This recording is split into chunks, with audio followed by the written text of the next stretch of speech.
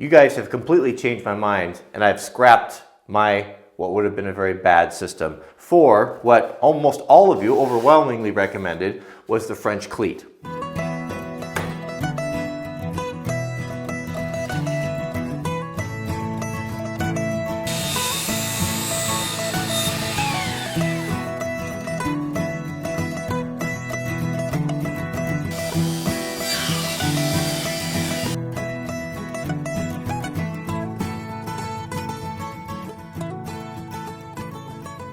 It seems to me that the French cleat is just far superior in every way. Much less material, easier, stronger, more versatile. I don't know why I mean, I knew I've used them before for hanging big pictures and different things in the past. I don't know why I didn't consider it for this, but I'm glad that I had, because I'm going to be much happier with this. So if you're following along, you don't know what a French cleat is, just stay tuned. Let's just put it all together and it'll all come clear, and something you can do in your own shop, and it's just going to be great. So my French cleats are going to be made entirely out of plywood, 3/4 inch plywood. So out of one sheet, you can get 16 of these. So you want to cut these, of course, 48 inches long by 5 7/8. Then we're going to put a 45-degree bevel on it, leaving an 1/8 inch. Here's the detail. When I mean leave an 1/8 inch, it means leave it an 1/8 inch flat on the top right there. We don't want that to come to a point. It's too fragile, but if we leave that 1/8 inch, that'll give it a little bit of strength. But that's what it should look like right there. So I'll cut one here to show you.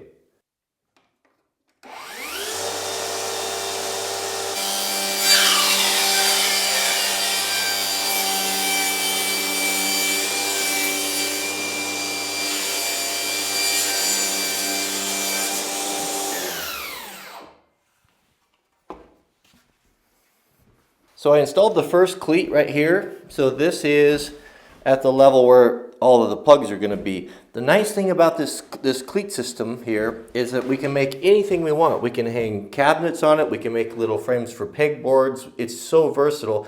Even make a little stand for a vise or a drill press. And so I'll probably have things like that across here. So we're going to want to have a lot of duplex plugs on there. So we'll put those in here in a minute. But you can see that I've got the screws all equally spaced, 1 inch in, 1 inch down, and then every 8 inches across there. I'm going to show you a way to do that really quickly, because the fact that it's going to show, to me, it's worth a little bit of extra time to line up all of those screws. It's something that I haven't done in the past, and I just kind of guessed, and it just doesn't look very good. But doesn't that look nice when they're all nice and clean like that? And of course, they're all countersunk. I'll show you how to do that. So when this gets sanded real quickly, that will look really nice. Those gold torque screws, I think, have they have a nice, kind of a classy look to them. Because we have so many cleats to cut out, and to lay out all of those screws, each one with a combination square would take a long time. So I took a minute and I made a little piece of what they call a storyboard. And it's just made out of an old piece of fiberboard here, cut to the exact same dimensions as the cleats. So we can see that it is exactly the same there. And so what I did is I put my layout where all my screws go on this storyboard. And then I drill little holes in there, and then I can use that, put my pencil through there and mark it. So we'll lay this one out here and I'll show you.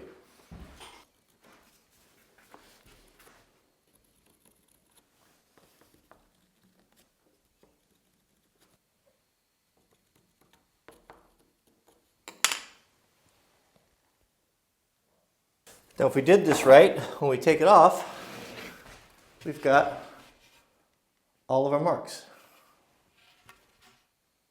Now I'm going to use a countersinking bit here to countersink so these screws holes look nice.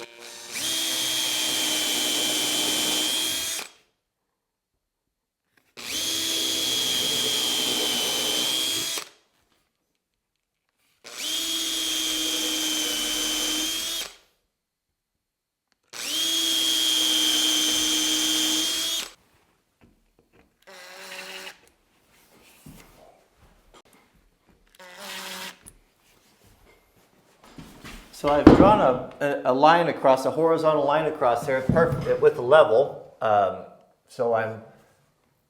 This is all exactly matched up, so we can just match these ends here. Make sure that we're on our line.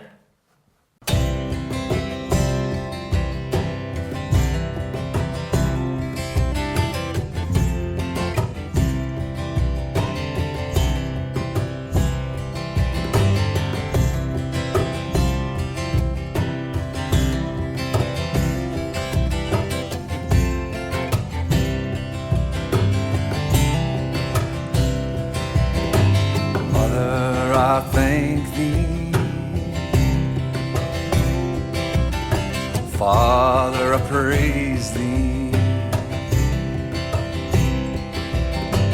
Brother, I take thee. Sister, I stay with thee. So I've got the whole mid-horizontal band installed, so that kind of determines my bass line or my horizontal line. Then I cut these spacers out of some scraps here. These are just 2 1/8. And so I'll just set that on there. And then this way I don't have to measure everything. I can just stack these up. I know that these are all they're nice and level. And then I can just screw on here. And just a huge time saver here. Little time savers like the spacer and the storyboard that we're using for layout. You know, I in the past I haven't always been very good at doing that. You know, you kind of want to get started with your project, and the last thing you want to do is build a jig or something like that. But it's really worth it, especially if you have a really repetitive work, and it helps you to cut down on mistakes and all that. So you always be thinking of ways that you can kind of automate things, or if you have something you're going to do over and over and over again, set up a jig or a stop on your saw. It's worth it to take a little bit of moment, and man, it just speeds up production just dramatically.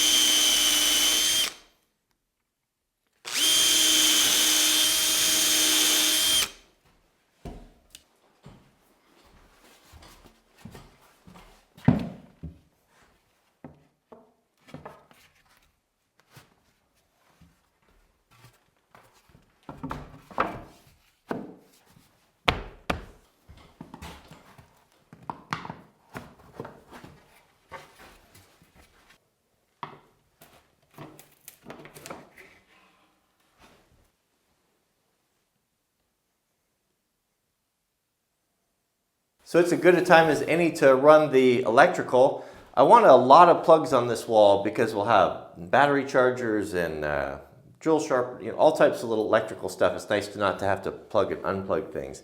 And I was going to start running this conduit, and then I realized I have a huge problem. I kind of built my electrical plan around the old style of shelves or rack system that I was going to do. This changes everything.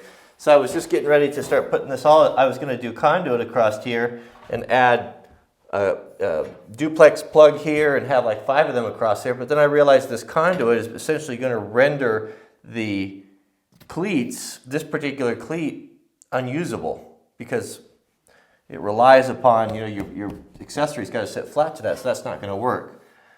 So what I'm going to do is I'm just going to double these up. I'll put 2 duplexes, I'll connect them with the conduit. There's 1 circuit here, 1 circuit over there. I'll have 8 and 8. So I can totally live with that.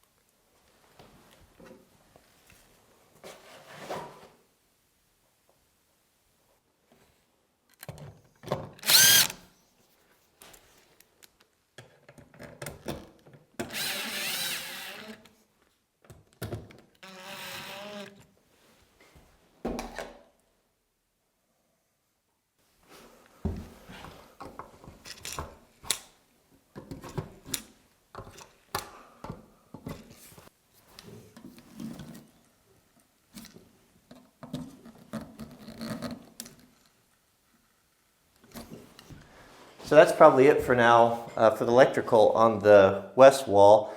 I put two duplex boxes over there because I thought that might be a really good place to put chargers for cordless tools and stuff. I got quite a few chargers, and so that way I could have 4 chargers over there and then still have plenty of plugs. And then over here, I just went with the single, which is it's probably enough. If I need more, if it becomes a problem, I can add a power strip, or I'll just put another box in there. But that's what's nice about those metal boxes is that you can add any direction and add kind of a little bit, it gives you a few more options.